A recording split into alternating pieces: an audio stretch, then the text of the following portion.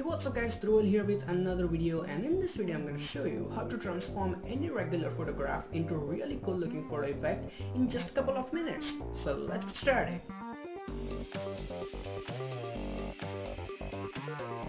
So as you guys can see, my image is already open inside Photoshop, and if you want you can go to file and open any image you like.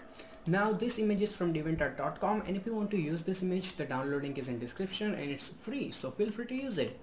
Now once the image is open inside Photoshop, it is a very high resolution, so go to image and go to image size and reduce the height to maybe like 2000 so that your computer doesn't take too much of a load, and then double click and unlock it. Now first of all we need to make the canvas bigger, so select your crop tool and make sure that delete crop pixel is off, and then make it bigger like that.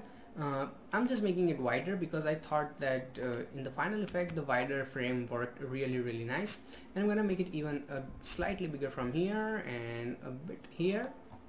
Hit enter.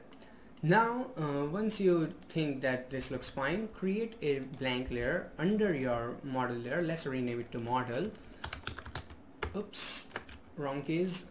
Okay, model. And then in this blank layer, make sure your foreground color is white, so I'm gonna make it white, and then select your paint bucket tool from here and fill in the white color. Then select your model layer, press Ctrl T and make it really smaller like that, or maybe slightly bigger, however you like.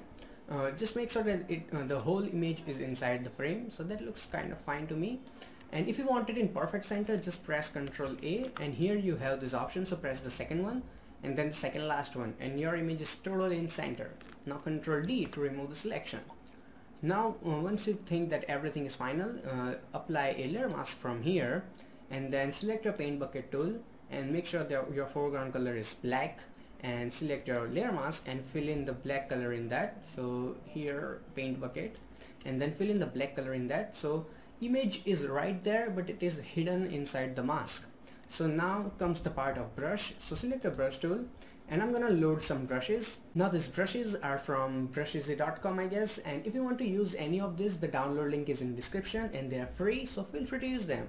Now go and select load brushes and load your paint file that you download, the brush file.abr, and then load it, and it will show you all the brush here as you can see. So first of all I'm gonna select this one and select your layer mask and make it slightly bigger, and then click here with white color. So you can use X key to flip your color, so make sure foreground color is white while painting, and then click here like that.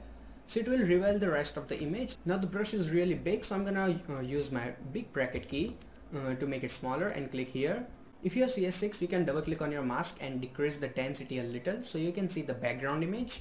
So that can be really helpful. Now click on this little icon here and it will open this brush options as you can see here. And after that click on any brush you want, and I think this one looks fine, and then make it slightly bigger. Select your mask layer and then let's make it a bit smaller so that it covers the area, and then click here like that. And after that select another brush, and this part is kind of a trial and error. You have to do it like 3-4 times differently so that you can figure out which brush is kind of working perfect for the image. So original one took me like 10 or 15 minutes, so it can take you a bit longer, but don't worry about it. Just reveal the basic area of the image like this using different brushes, and make sure that you do not get lazy into the process and keep using the same brush over and over again. And once you think that the whole area is completely revealed and it looks okay enough, double click on your layer and make the density 100% so you can see the basic image. And after that select black color and start erasing the unnecessary parts. Oops, the brush. So after that start erasing the unnecessary areas like this. Keep changing your brush now and then, and I'm gonna make it a bit like that. And then you can do it all the time, and it takes a bit of a practice, and once you are quite familiar with the brushes, it isn't gonna take a very long time. So that looks kind of fine to me, and a bit of strokes here and there.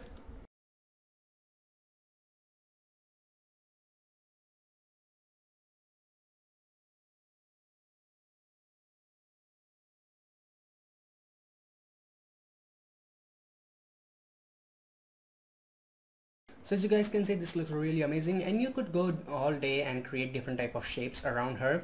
And once you decide that the final output is good enough, create another adjustment layer and select solid, and in the solid create and select any kind of bluish color, I don't know, dark blue, very dark blue. And once you select that, put the blending mode onto the exclusion, so it will give that high fashion yellowish look with blue toning, I don't know, but it looks really good once you use it. So you can change it any way you want. Since it's a solid layer, hit OK, and it has made image a bit underexposed, so create another adjustment layer and select levels, and I'm going to increase the mids, so we have a kind of a brighter image. And you can also increase the highlights if you want, so that looks really good. And after that you can create I don't know, light leaks. So create another adjustment layer, and in the brush this time select a regular round soft brush, and select any kind of pinkish, bluish, whatever your favorite color is. So I'm going with this type of pinkish color, and then click here once or twice, and then change the blending mode to screen, so you have this cool color effect around your model. And then you can add any kind of text you want, as I have done. So thanks for watching, guys, and if you have any questions, ask me in the comments. If you really did learn something, hit that like button so I can know. You can also subscribe to my channel for the future updates. You can also check out this awesome tutorials by Tutorials Junction. Till then, goodbye, take care, and have some fun with Photoshop.